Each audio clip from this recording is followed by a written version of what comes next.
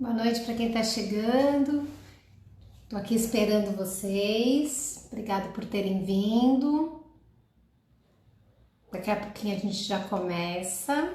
Quem que tá aí? A minha irmã Kátia, que para minha alegria tem assistido, acompanhado. Pelo menos se eu não a vejo, porque tá no Rio, ela me vê, né? Oi, Neide, tudo bem? Quem mais que tá aí, gente? Conta aí para mim. Esperar 2 minutinhos o pessoal chegar para poder começar. Aí a gente vai daqui para frente seguidinho, né?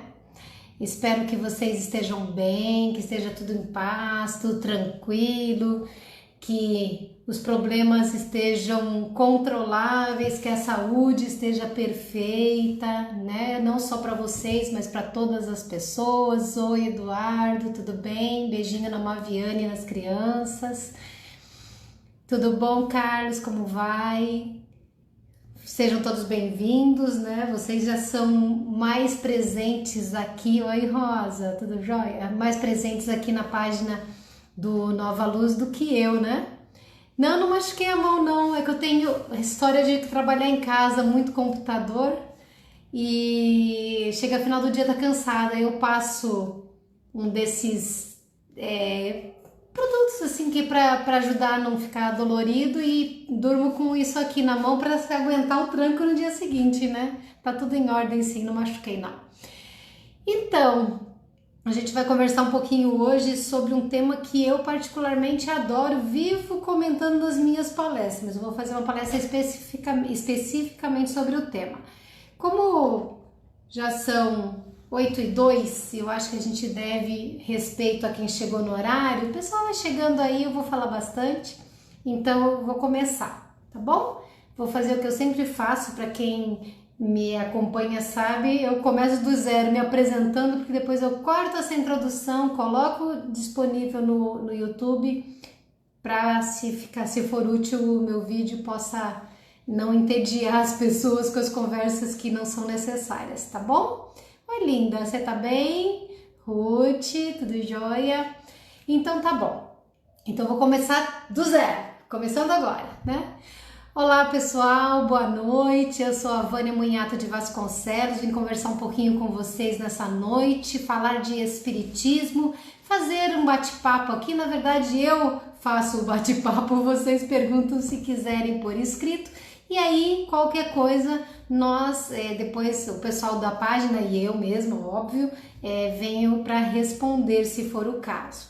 Hoje nosso tema é falar sobre a parábola do joio e do trigo, chamei de Seja Trigo, porque na verdade eu quero que esse seja o convite durante todo o nosso tempo de conversa, de que nós nos tornemos trigo. E aí tem que explicar por que eu tô dizendo isso, né? Tudo bom, Norma? Como vai? E é isso, então vamos agora só nos acomodar um pouquinho, já entrar nessa sintonia, porque a espiritualidade tá de plantão já faz tempo, né? Não só aqui, porque sabe que eu seria a expositora da noite, mas no lar de cada um de vocês que estava se preparando para vir para os estudos. Então, vamos agradecer a presença amorosa dos bons espíritos no nosso lar, na nossa casa, na nossa reunião.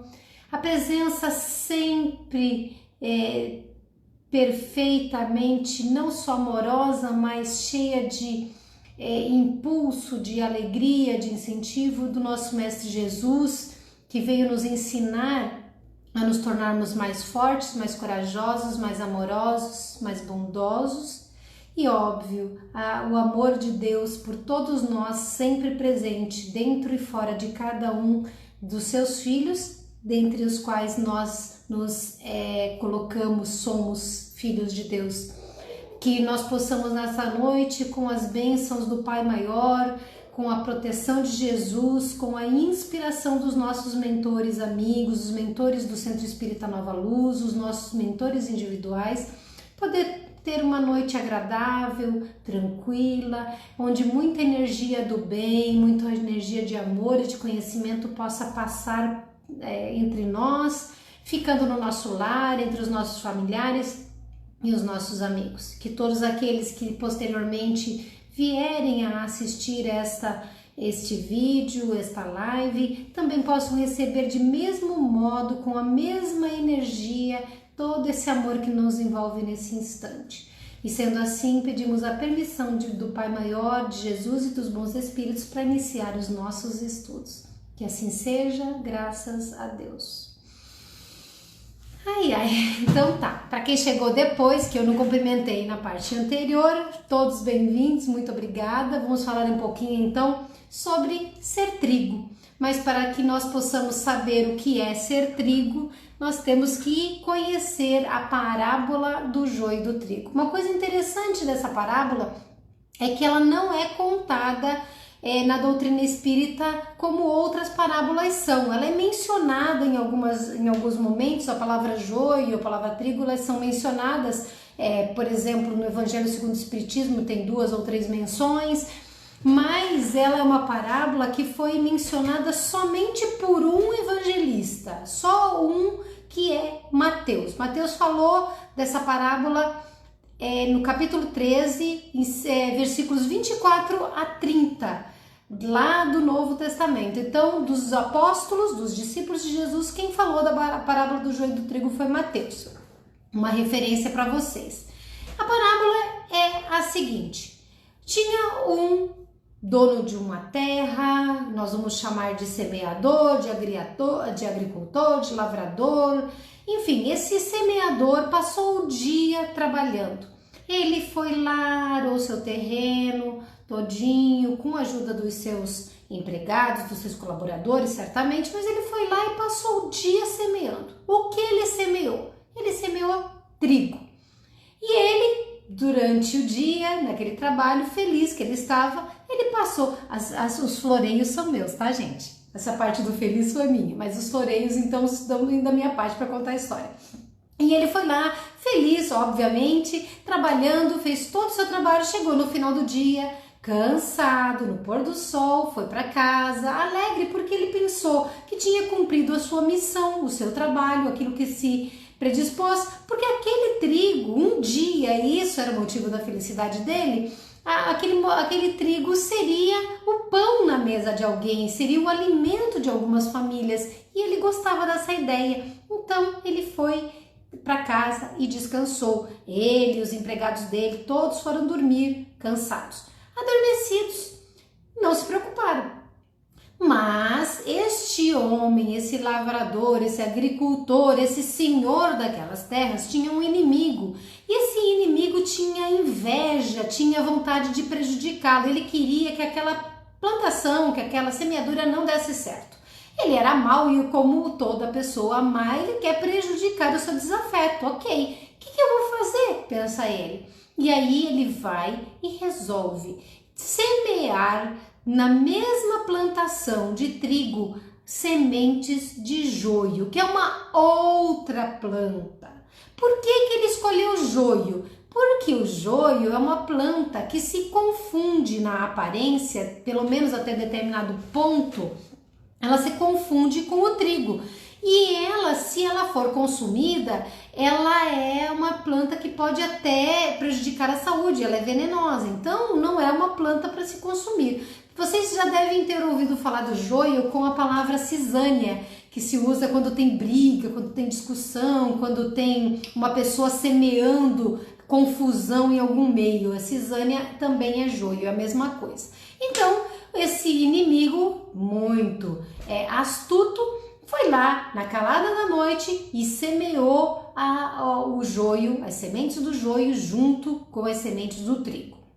Como uma e outra são parecidas, ele imaginou que ele prejudicaria toda a plantação.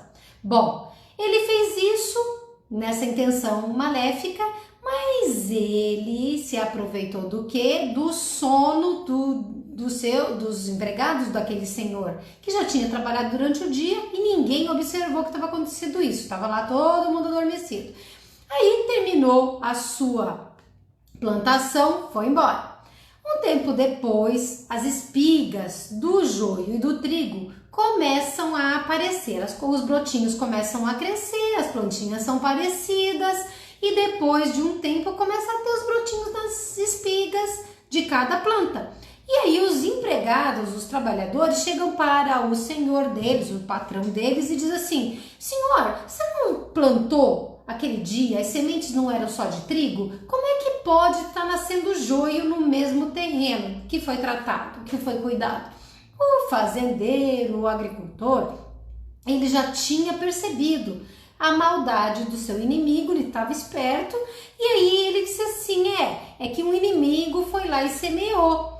E aí ele falou assim, daí os empregados dizem: tudo bem, então que pena, né? Imagino a cara de todo mundo pensando o trabalho que ia dar mexer nisso. O senhor quer que nós vamos lá e arranquemos todo aquele joio do meio do trigo? E aí o Senhor das terras diz o seguinte: não é possível fazer isso agora, porque vocês sabem que o joio é muito parecido com o trigo. Se vocês quiserem arrancar o joio, talvez vocês arranquem juntos o bom grão, aquela semente de trigo que plantei, para se tornar pão, para se tornar alimento. Muitas vezes não só eles se parecem, como as suas raízes se entrelaçam. Então, inevitavelmente, na hora de arrancar a planta antes dela amadurecer, teremos um prejuízo. Deixa para lá.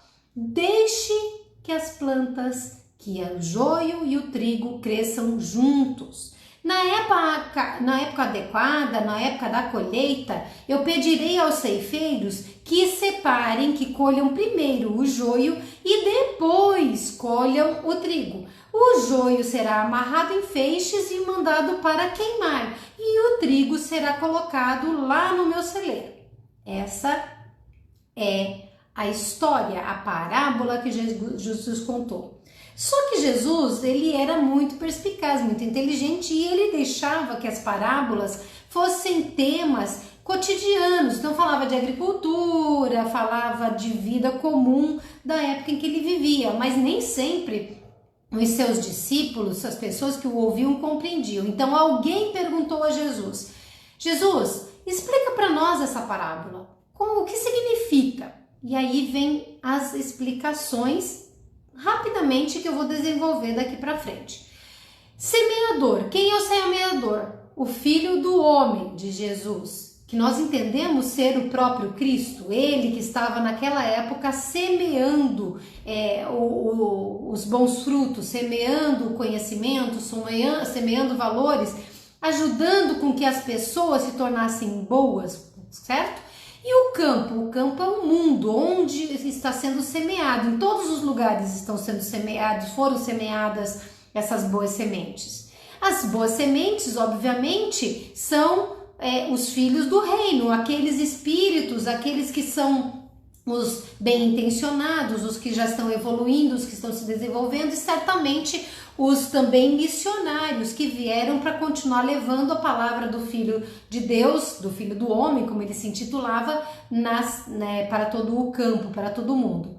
O joio seriam os filhos do maligno. Essas palavras não são minhas, são palavras que estão lá contidas no Evangelho. Filho do maligno, daquele que faz o mal, que nós entendemos como nós não espíritas, né? Algumas religiões cristãs entendem como sendo o diabo.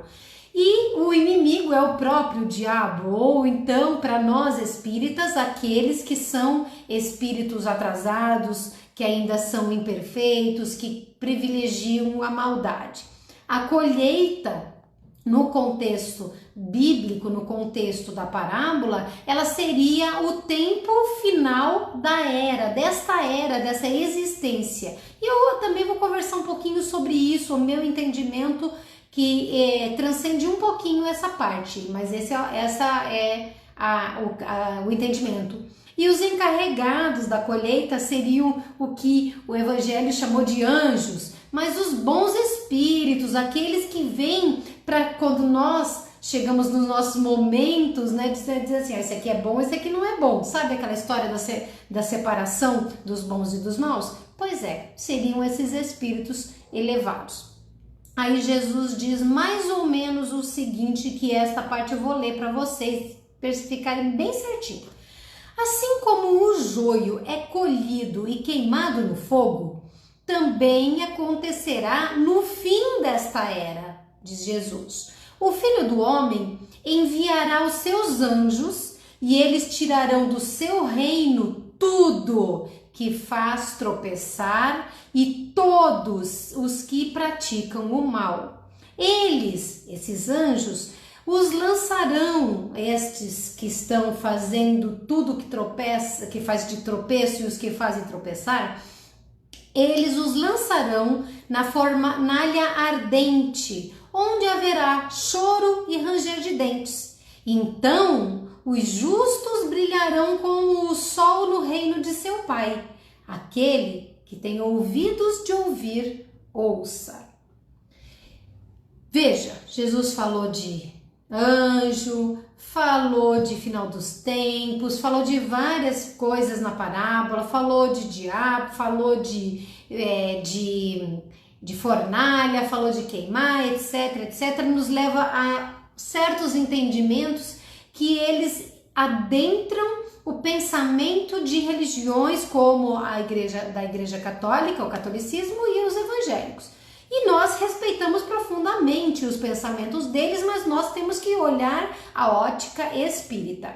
Ele estava tratando, assim, no linguajar de quem manteve a Bíblia, o Novo Testamento como propriedade, vamos dizer dessa forma, da teologia católica, da qual até a Igreja Evangélica depois acabou desenvolvendo de certa forma. Então, ranger de dentes, anjo, diabo, céu, inferno, purgatório, todas essas palavras que foram direta ou indiretamente mencionadas na parábola, elas são palavras, são termos, são expressões que são provenientes da teologia católica, não da teologia espírita. De acordo com a doutrina espírita, para vocês terem uma ideia, céu, inferno e purgatório não são lugares circunscritos, não são lugares reais, não são espaços confinados de algum tamanho, de alguma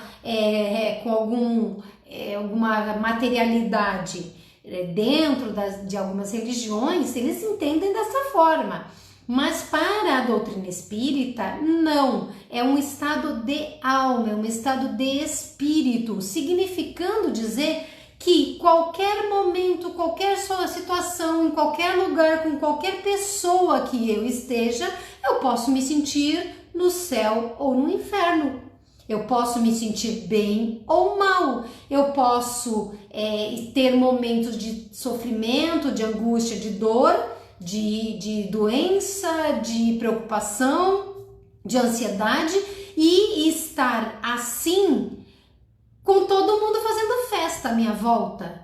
E ao mesmo tempo podemos estar num estado de espírito tranquilo, pacífico, calmo, otimista, com sentimentos e a virtude da fé, por exemplo, no meio de um caos total. Porque, na verdade, são estados de espírito, que, repito, o entendimento é espírita, não é o entendimento da teologia evangélica ou da teologia católica. Dentro da doutrina espírita, em relação a essa questão dos estados de alma, os estados de espírito que nós temos e que podem ser melhores ou piores, é muito bem explicado na obra da codificação espírita chamada O Céu e o Inferno. Na primeira parte, explica todas essas questões teológicas, claro que falando do ponto de vista espírita a respeito dos outros pontos de vista, e na segunda parte existem dezenas de exemplos. Que exemplos? Espíritos que contaram, que trouxeram através de médiums do mundo inteiro que a Kardec recebeu, selecionou, catalogou, classificou e disse: estes serão os exemplos que eu deixarei para compor a obra O Céu e o Inferno. E lá tem espíritos felizes, espíritos infelizes, espíritos suicidas, espíritos de criminosos, tem todos os tipos de espíritos falando de como eles se sentem. E lá é interessante isso, até uma forma de dizer: não tem na doutrina espírita lugar nenhum que fala de colônia. É verdade, não tem não. Falando assim, existe uma cidade chamada Nosso Lar, que tem transporte, que tem lares, casas. Não, não se fala isso. No Céu e Inferno vocês vão ver que a impressão que dá quando você lê as histórias é que está todo mundo flutuando num estado de espírito. Não sei se vocês conseguem captar essa mensagem. Imagine isso aqui tudo, não ter absolutamente nada à minha volta e eu me sentindo bem ou mal. Então, quando se trata do mal, a gente tem uma tendência a pensar que a gente está numa escuridão tenebrosa, que nem filme de terror, mais ou menos, né? Mas é uma referência para vocês estudarem. E o que a gente pode aprender com essa parábola, além do pouco que eu insinuei, eu falei até agora? É óbvio que a boa semente não só representa os filhos de Deus, todos somos filhos de Deus, inclusive os maus, né? Inclusive os joios da vida, mas é óbvio que as boas sementes são aqueles que já se manifestam no mundo como boas pessoas, bem intencionadas, que fazem o bem. Claro que um bom espírito, um trabalhador da luz, uma pessoa esforçada, um espírito que esteja nos inspirando positivamente nesse instante, alguém que nós temos admiração pela sua bondade, generosidade, pelas suas virtudes, todos são boas sementes. E elas estão semeadas em todo o mundo. E o joio são as pessoas que não só de repente ainda são más, ainda são inferiores moralmente, ainda são atrasadas, endurecidas muitas vezes, mas também aquelas que não trabalharam as suas imperfeições, que não estão se dedicando. Essa ponderação, inclusive, tem muito do meu ponto de vista, porque eu, Vânia, não posso supor que uma pessoa bem intencionada com imperfeições, eu erro porque tenho imperfeições, mas eu quero acertar, eu tento acertar, eu me trabalho, eu não posso ser considerada, não acredito que eu seria considerada joio, mas não quer dizer que seja ainda trigo. Será que Jesus também não deixou essa parábola não só por causa desse final dos tempos, desse momento que nós estamos sendo levados a perceber que trata dessa transição, desse momento de mudança das almas do planeta Terra e dos espíritos do planeta Terra para uma condição de vida moral melhor? Então, de repente, arrancar a Vânia, que tem imperfeições, por isso parece joio, mas que tem boa atenção, boa dedicação, atenção, foco, vontade de ser uma pessoa boa que acerta, será que essa pessoa, Vânia, que eu estou mencionando aqui, de repente não é uma pessoa que está se convertendo em joio? Será que arrancar a Vânia, que parece joio, mas tem intenção de se tornar trigo, será que se arrancar antes de frutificar não será um engano, correndo o risco de arrancar uma planta boa, uma planta que está se transformando em algo ou alguém que frutifica? Vocês percebem como Deus tinha uma sabedoria e que é preciso se aprofundar muito, e eu garanto para vocês que eu não sou capaz de me aprofundar tanto quanto talvez ele tenha desejado e dito nessa parábola. Então, os maus, quando a gente fala na parábola que o joio vem para prejudicar a colheita do trigo, de repente os maus são o joio, que não só são joio porque ainda estão atrasados, porque são imperfeitos, porque têm má vontade, que são endurecidos, mas também são semeados por inspiração não é o termo, né? Por assédio, por provocação espiritual inferior, para tumultuar o tempo à nossa volta. Imagine o quadro da nossa realidade atual, da nossa vida presente, no dia de hoje mesmo, aqui na nossa localidade. Imagine todo o caos que a gente vê na TV, nas mídias, nas redes sociais, tudo, quantas pessoas estão se criticando, se acusando, brigando, não conversando, não trocando ideias, porque se sentem alfinetadas, ofendidas, provocadas, prejudicadas, e com tudo isso a gente percebe que o mal, seja qual for a sua filosofia ou o seu posicionamento, o mal que veste aquela camisa, ele pode tumultuar o ambiente e de repente arranjar uma encrenca, uma confusão, uma cisânia maior. Então, no começo do crescimento do joio e do trigo, é óbvio que não dá para arrancar. Por quê? Porque elas são plantas muito parecidas. Corre-se o risco de arrancar de trigo quando ele ainda não apresentou o que ele é trigo. Corre-se o risco de deixar plantado o joio quando ele ainda não frutificou e mostrou o que ele veio, a que veio, o que ele produz. E depois de um tempo, sim, quando começarem a sair as espigas, quando você olha a planta, o joio e o trigo, vocês vão que durante um tempo o joio e o trigo têm espigas parecidas, de repente a espiga do trigo começa a ficar dourada, a espiga do joio continua verde, e enquanto uma cresce retinha, com aqueles fiapinhos bonitinhos, vocês já devem ter visto, o joio faz assim, parece uma escova de dente espanada, tudo assim, sabe? E ela ainda por cima é venenosa, então a gente percebe que dá para colher separadamente quando há a produção do grão, quando se percebe que o que cada planta está produzindo, não tem erro. Então, nós vivemos hoje, na atualidade, uma grande batalha, uma grande dificuldade de saber quem é bom, quem é mal. Você que está aí assistindo tem certeza que você é bom? Ou você tem certeza que está a caminho de ser bom, se esforçando por ser bom? Ou você ainda tem convicção de que apesar de ser bom num ponto ou outro, tem coisas que te colocam nessa esteira da planta má? Porque nós todos somos assim, com virtudes ou imperfeições que nos colocam, nos posicionam em determinados aspectos.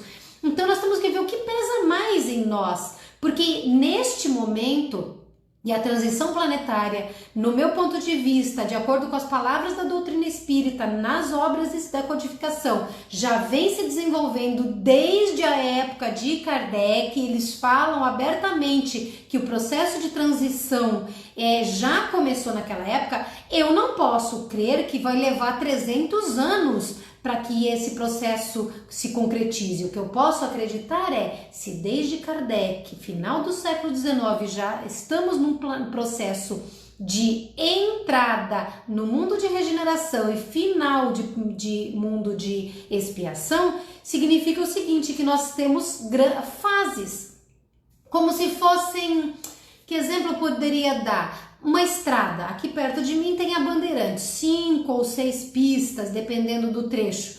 Você está numa estrada só, essa estrada está indo numa direção só. O planeta tem essa mesma estrada, está indo numa direção só, mundo de regeneração. Mas aí cada um está numa faixa de velocidade, numa faixa daquela pista. E conforme você está, alguns de nós já estamos nos sentindo, vibrando o mundo de regeneração. Outros permanecem com os vínculos, as raízes profundas presas na expiação. Então, nessas fases, a transição não acontece de um dia para outro, não tem uma linha divisória, ela vem aos poucos. Então eu quero crer, Vânia, que nós vivemos sim já de portas escancaradas e a Terra é um mundo de regeneração na sua classificação, mas não está mundo de regeneração porque a humanidade ainda não regenerou em maioria. E o que falta? Pergunta 932 de O Livro dos Espíritos. Por quê? Por que a miúde os maus têm mais vantagem, sucesso? Por que eles fazem mais? Porque eles se mostram, porque eles aparecem mais do que os bons. E aí os espíritos respondem a Kardec nessa pergunta do Livro dos Espíritos que nós, os bons, sim, eu e vocês, nós, os bons, somos tímidos. Nós, quando quisermos preponderaremos, quando desejarmos, seremos as pessoas que farão a diferença, que tomarão a frente, que darão os rumos, que serão os exemplos. Então, gente, essa parte é para ficar triste mesmo. O que eu vou dizer agora e digo para vocês, tanto quanto eu digo para mim diariamente. Nós, bons, somos acovardados, acomodados e preguiçosos. Mas, Vânia, é uma incoerência dizer que somos bons se somos tudo isso. Eu digo que somos bons porque a gente não quer mais o mal. Eu digo que somos bons porque nós temos boas intenções, porque nós já não somos cruéis, não desejamos errar, queremos acertar, fazer certo. Só que enquanto formos acovardados, acomodados e preguiçosos, nós não sairemos dessa zona ainda expiatória, probatória, que não permite que a gente frutifique como o trigo de verdade. Então nós precisamos despertar. Então, o que mais que diz aqui que eu não posso esquecer de falar para vocês? Quando o agricultor, aquele semeador, não deixa arrancar, ele está falando o quê? O que Jesus quis dizer? Não é só para não errar, é para nos dar o tempo necessário para amadurecermos. Muitas vezes eu conheço pessoas que na infância tinham problemas, dificuldades com a gente que convive assim, né, sabe, no colégio, etc. E aí a pessoa tinha tudo para se dar por um desenvolvimento, um crescimento. Essa pessoa tinha tudo para parecer que não daria certo. E você hoje, se você for ver essa pessoa ou essas pessoas as quais lembrei agora, são pessoas boníssimas, bem intencionadas, que trabalham com perfeições, com problemas, com enganos, mas são pessoas que estão trabalhando. Por quê? Por que o semeador vai mandar arrancar? Por que o semeador vai dizer, epa, esse aqui já não tem mais jeito, é joio, vamos lá, amarrar em feixes e jogar para queimar? Chegar para queimar é o quê? Joga para o sofrimento que a própria pessoa construiu para si, vai lá experimentar as consequências das suas escolhas, das suas ações, e aí, um dia, em outro momento, mas não é disso que eu estou falando agora, mas nesse momento essa pessoa vai sofrer. Para que Deus faria isso? Muitas vezes você, assim como eu, se perguntou por que razão que Deus levou o bom e deixou o mal? Muitas vezes o bom fica aqui porque ele tem que ser o trabalhador da última hora. Muitas vezes ele fica aqui porque ele é a pessoa que vai dar o exemplo, que vai motivar, que vai incentivar a transformação. Mas muitas vezes nós permanecemos aqui porque nós ainda não descobrimos se somos joios e trigo, né? Ou qual das plantas nós somos. Então, o que a gente pode fazer para ajudar? Focar no autoconhecimento, focar na prece e na vigilância, orar e vigiais, disse Jesus, para que nós desenvolvamos as nossas virtudes e abramos esse canal de comunicação com a espiritualidade. Neste momento, no ambiente onde nós estamos, está assim de espíritos conosco. Vocês não tenham a menor sombra de dúvida. Eu não posso ver, às vezes eu pressinto a presença, mas eu não sei, eu não enxergo, mas eu tenho certeza. Eu não tenho a menor sombra de dúvida de que aqui nesse instante existe meu mentor, espíritos simpáticos a este trabalho, espíritos simpáticos a mim, ao que eu tento fazer da minha vida, espíritos familiares que vêm para nos ajudar nas pequenas coisas, espíritos muitas vezes sofredores, que vieram para aprender, para pensar, para refletir, que estão sendo paralelamente às nossas palavras aqui, orientados espiritualmente pelos mentores que estão nesse trabalho, e mais os nossos companheiros que se intitulam inimigos nossos, porque eles também muitas vezes assistem às nossas manifestações de bondade, de generosidade e de boa vontade. E aí amanhã ele chega para a Vânia ou para qualquer pessoa que esteja aqui pensando, não, eu quero ser trigo, e vai olhar para nós e dizer assim, você vai deixar esse mal educado te tratar assim? Você vai deixar esse cara passar na sua frente? Você não vai responder? Você não vai fazer isso que está errado, mas está tão fácil de fazer e ninguém perceber? e aí vem na orelhinha, e aí mais uma crescidinha que Deus permitiu que nós, plantas, desenvolvendo aqui na terra, façamos. Aí a gente escolhe, nesse momento, nesta atitude, e aí, serei joio ou serei trigo? Percebem?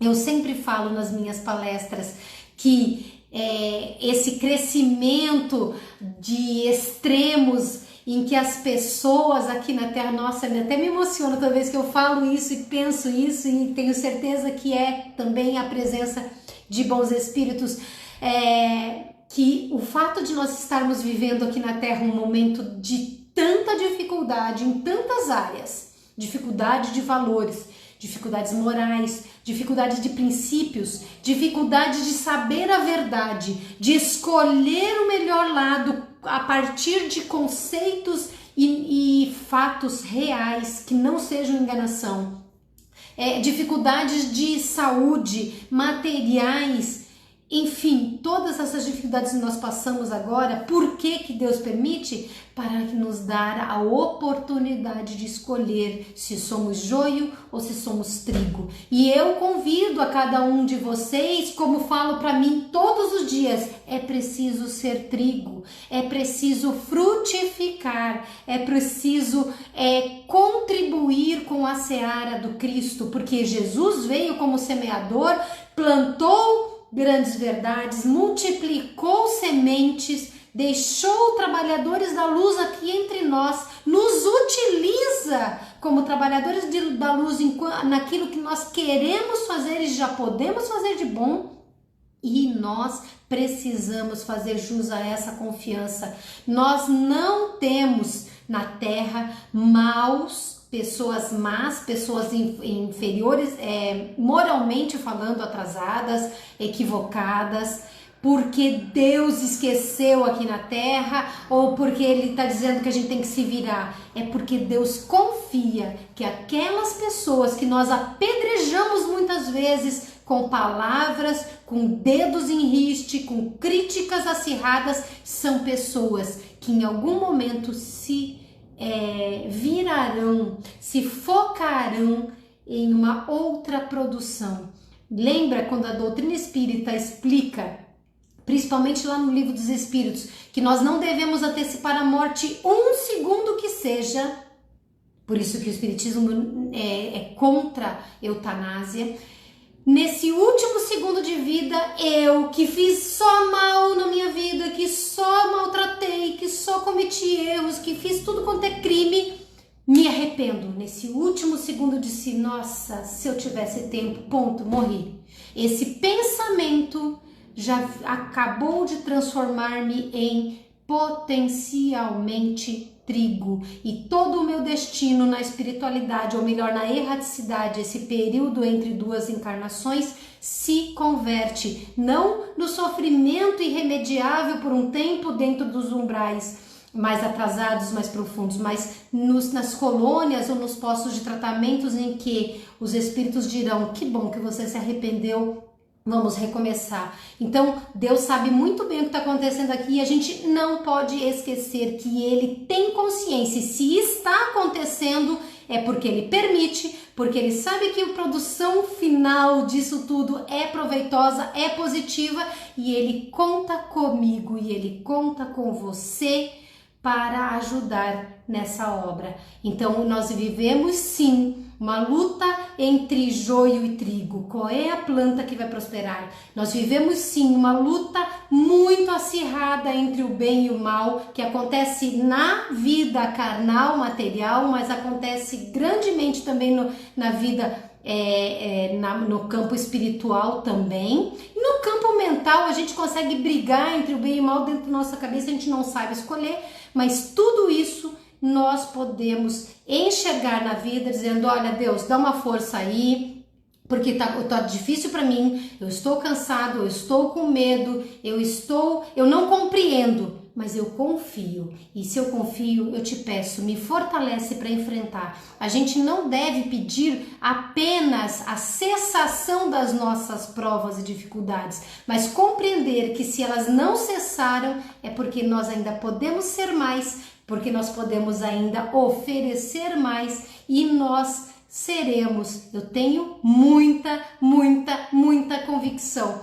nós seremos lembrados amanhã ou depois como a geração ou as gerações de pessoas que encarnaram para converter a Terra definitivamente num mundo de regeneração. Seremos os primeiros seres a estar vivendo neste mundo. E não pense que o mundo de regeneração será amanhã um campo de flores, de luz e de alegria.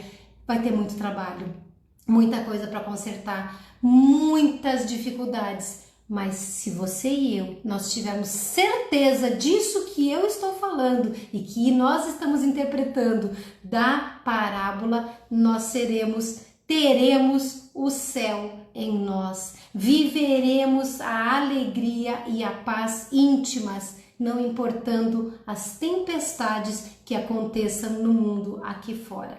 Eu de todo o meu coração, eu espero ter tocado uma pontinha qualquer desse coraçãozinho de vocês, tocado um campinho qualquer, alguns neurônios desse cérebro cheio de ideias que vocês estão aí agora, para que vocês reflitam, pensem, analisem e tomem a decisão de sair da zona de conforto, seja qual for ela.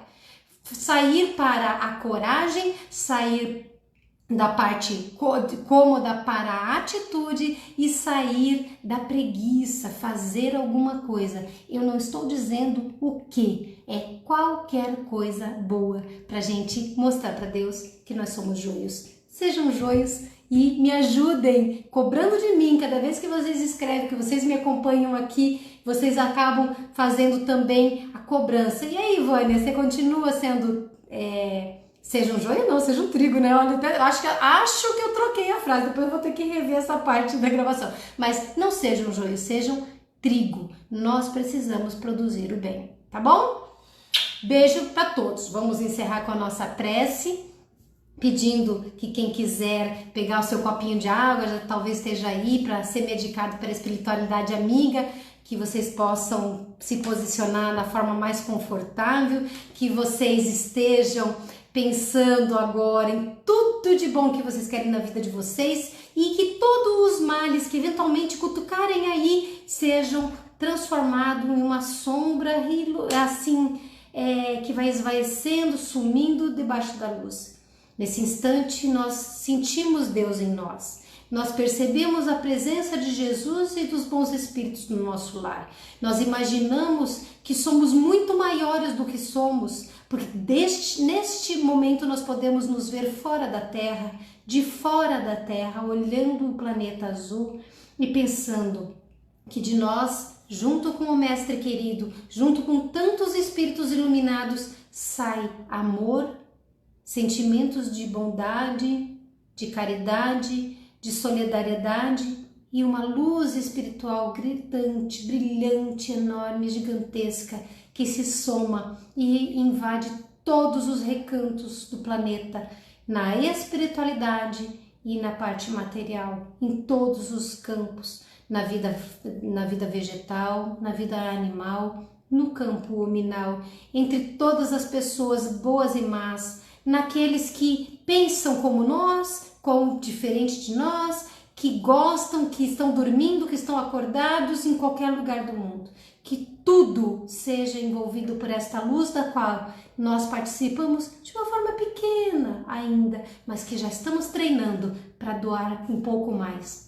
E que com tudo isso que nós vemos, o que nós enxergamos? Enxergamos a Terra brilhando. E esse brilho não é só de uma luz externa como o Sol, é um brilho da conversão do planeta em mundo de regeneração, é um brilho da conversão da humanidade em pessoas, em almas regeneradas. E nós estamos trabalhando todos juntos para que isso aconteça o mais rápido possível. Que também as pessoas que vocês sabem, que eu sei, que estão necessitando, neste instante, Deus possa acolher o nosso pensamento e especialmente levar para cada uma delas a cura de todo o seu sofrimento, seja qual for. E que Deus nos sustente hoje e sempre, para que sejamos parte da solução dos problemas que nós mesmos, em algum momento do nosso passado e das nossas vidas, ajudamos a construir. Muita paz, frase espírita, hein, gente? Muita paz, muita luz, muito amor, muitas bênçãos, muita alegria, muito otimismo e tudo de bom. Volto em 2 semanas, se Deus quiser, se as coisas ainda não estiverem andando aqui no campo material, né, nas casas espíritas. Semana que vem, na quinta-feira, o Eduardo Batel deve vir, né, Eduardo? E a gente continua trabalhando com vocês. Tô sempre aí, se vocês quiserem, precisarem, tem ombro aqui, tá, gente? Beijo, boa noite, fiquem com Deus e até breve, se Deus quiser. Tchau, tchau.